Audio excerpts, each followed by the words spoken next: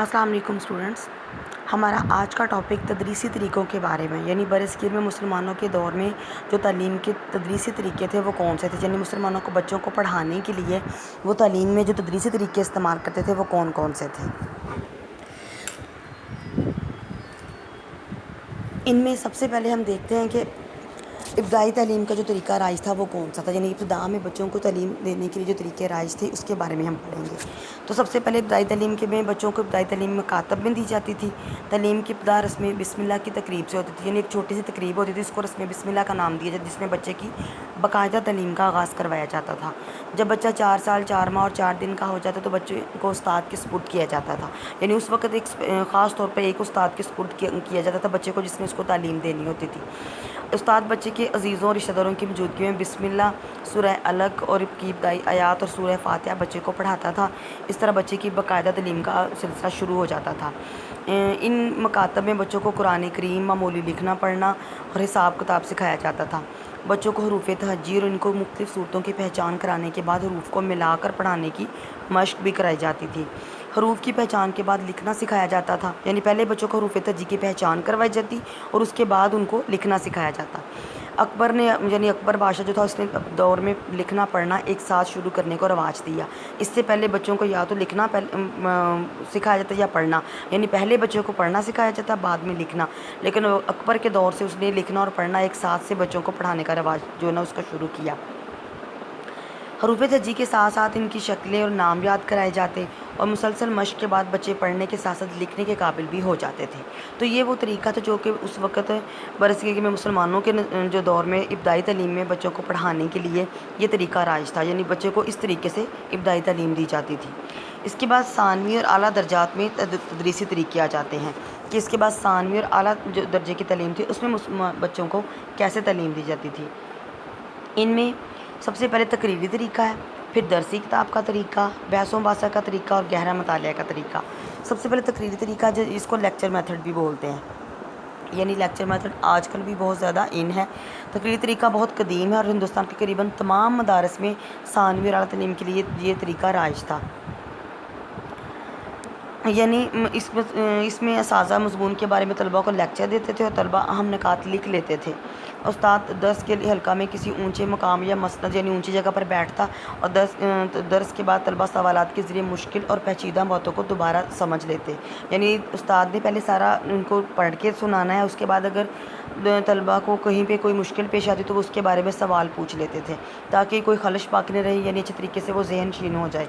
معلم بھی اپنی تدریس کے ان کا جائزہ لینے کے لیے پڑھائے گئے مواد سے سوالات پوچھتے، یعنی استاد بھی سوالات پوچھتا تھا اپنے شاگردوں سے تاکہ جو انہوں نے پڑھایا کیا ان کو واقعی سمجھ آ گئی ہے یا نہیں۔ اس کے بعد نمبر 2 پہ جو آ جاتا ہے وہ آ جاتا ہے درسی کتاب کا طریقہ، یعنی اس کو ہم ٹیکسٹ میتھڈ بھی بول لیں گے، ٹیکسٹ بک میتھڈ۔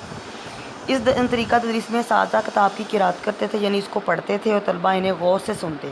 بعض اوقات طلباء قرأت کرتے اور استاد جو ہے وہ غلطیاں درست کرتے جاتے اور عبارت کے مشکل مقامات کی تشریح بھی کرتے تھے۔ دوران قرأت اپنے شکوک رفع کرنے کے لیے، یعنی جو ان کو مشکلات ہوتی تھی ان کو ختم کرنے کے لیے اساتذہ سے سوالات بھی کرتے تھے۔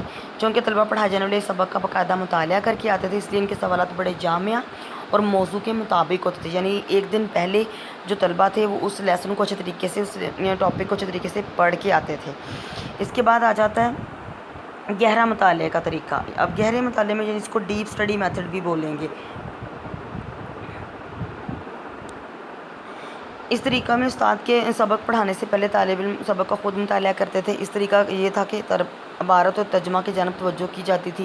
سبق میں جو نئے الفاظ آتے لغت کی مدد سے ان کے معنی دیکھے جاتے اور مطلب سمجھنے کی کوشش کی جاتی۔ اگر ایک دفعہ مطالعے سے مسئلہ حل نہ ہوتا تو دوسری اور تیسری بار کوشش کی جاتی، یعنی بار بار اس چیز کو پڑھا سمجھا جاتا ہے گہرائی کے ساتھ۔ اس لیے اس کو ڈیپ سٹڈی میتھڈ بھی بولتے ہیں کہ اس چیزوں کو سمجھ کر اچھے طریقے سے فہم کے ساتھ پڑھا جاتا۔ گہرے مطالعے کا یہ طریقہ آج بھی اعلیٰ درجے کے سنجیدہ طلباء کے لیے بہترین، یعنی اگر آج بھی طلباء گہرے مطالعے کے طریقے کو اپنائیں، یعنی ڈیپ سٹڈی میتھڈ کے ذریعے اگر اپنے لیسن کو لرن کرے تو بہت اچھے طریقے سے افیکٹو لیسن جو نا ان تک ان کی لرننگ بھی بہت افیکٹو ہوگی۔ پھر بحث و مباحثہ کا طریقہ آ جاتا ہے، ڈسکشن میتھڈ بھی اس کو بولتے ہیں، یعنی دوران تدریس سوالات اور جوابات کا ایک لازمی اور ضروری چیز ہے۔ مسلمانوں کے نظام تعلیم میں بحث و مباحثہ کے طریقے کو ہمیشہ اہمیت دی جاتی تھی۔ کہ آپس میں سوالات کا سلسلہ جاری رہتا۔ اس طریقے میں مولانا پڑھانے کے لیے پوری طرح تیار ہو کر آتا تھا تاکہ وہ طلبہ کے ہر سوال کا جواب دے سکے، اور دوسری طرف طلبہ بھی خاموش سامنے نہیں رہتے تھے، بلکہ بالکل خاموشی سے نہیں سننا، بلکہ وہ سوالات کرتے تھے۔ کلاس میں ڈسکشن ہوتی تھی، لیسن میں پارٹیسپیشن ہوتی تھی، بعض کا تو سوالات کا جوابات کا یہ سلسلہ مباحثہ کی شکل اختیار کر لیتا ہے، یعنی آپس میں بحث و مباحثہ شروع ہو جاتا ہے کسی ٹاپک پہ۔ مشہور اساتذہ کے درس میں ہم اثر علماء بھی شرکت کرتے، ہم اثر علماء یعنی ان کے دور میں جو دوسرے ٹیچرز تھے ہوتے وہ بھی۔ اس طرح بحث و مباحثہ کا معیار بہت بلند ہوتا تھا۔ اعلیٰ تعلیم کے لیے طریقہ نہایت کامیاب تھا۔ تو یہ وہ طریقے تھے جو کہ ثانوی اور اعلیٰ درجہ کی تعلیم کے لیے بچوں میں زیادہ ان کو اس طریقے سے پڑھایا جاتا تھا، یعنی پہلے ابتدائی تعلیم کا طریقہ، اس کے بعد جو ہے ثانوی اور اعلیٰ تعلیم کے جو طریقے تھے وہ تقریری درسی کتاب کا طریقہ، گہرے مطالعے کا طریقہ اور ڈسکشن میتھڈ یعنی بحث و مباحثہ کا طریقہ ہے۔ اس کے بعد ان کے دور میں ایک مانیٹوریل سسٹم بھی رائج تھا۔ اس کو کیا کہتے ہیں مانیٹوریل سسٹم جو ہے، ہم اب اس کے بارے میں پڑھیں گے۔ ہندوستان میں مسلمانوں کے نظام تعلیم میں مانیٹوریل سسٹم بھی رائج تھا۔ اس سسٹم کے تحت اعلیٰ درجے کے طالب علم اپنے زمانہ طالب علم میں اپنی پڑھی ہوئی کتابیں چھوٹی جماعت کے طلباء کو پڑھاتے تھے، یعنی جس کو ہم کلاس میں ایک مونیٹر سسٹم کہتے ہیں نا، ایک پرسن، اور نظم و نسق کی ذمہ داری بھی ان پر عائد ہوتی تھی، یعنی انہوں نے کلاس کا ڈسپلن بھی دیکھنا ہے اور اپنی پڑھی ہوئی کتابیں چھوٹے لیول کے بچوں کو پڑھانی ہیں۔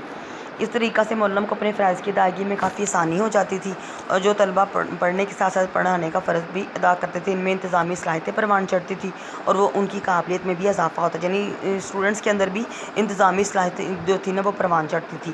مانیٹوریل سسٹم میں بعض اوقات استاد کی تدریس کے ساتھ ہی ایک طالب علم بآواز بلند سبق دہراتا تھا۔ مولانا شبلی اس بارے میں لکھتے ہیں کہ اس زمانے میں نامور علماء کے ہاں دستور تھا کہ جب وہ درس دے چکتے تو شاگردوں میں سے جو سب سے زیادہ لائق ہوتا وہ باقی طالب علم کو دوبارہ درس دیتا تھا، یعنی پہلے استاد نے پڑھانا، اس کے بعد جو سب سے لائق جو شاگرد تھا اس نے اس لیسن کو رپیٹ کرنا ہے۔ استاد کے پڑھائے ہوئے مضمون کو اچھی طریقے سے ذہن نشین کراتا تھا، اور اس طرح اس منصب پہ جو طالب علم ہوتا تھا اس کو معید کہتے تھے۔ تو لہٰذا مسلمانوں کے جو دور میں تھے اور مانیٹوریل سسٹم بہت اعلیٰ پایہ کا قائم ہوتا تھا، یعنی ایک طلبہ کے ذمے کلاس کی تمام انتظامی صلاحیتیں اس کے سپرد کی جاتی تھی ٹیچر کے بعد، یعنی ٹیچر کا اگر کلاس میں نہیں آ سکتا کسی وجہ سے تو کلاس کا ڈسپلن اور ان کو لیسن پڑھانے کی ذمہ داری اس معید کے ذمے ہوتی تھی جو طالب علم کو ایک اعزاز حاصل تھا۔